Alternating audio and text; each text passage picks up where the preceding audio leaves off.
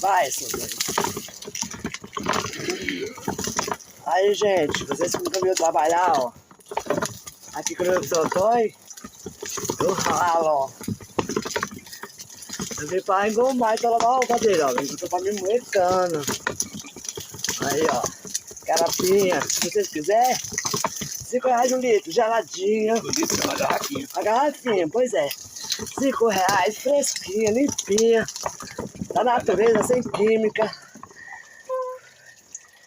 Por que eu tô com esse corpinho lindo, maravilhoso, ó? Porque eu não como bastante, mas faço exercício. Vamos. Agora ele vai trouxer, tá? Quer sair mais um pouquinho. Aí, ó. Cana fresca. Direto do ramal Adalto Frota.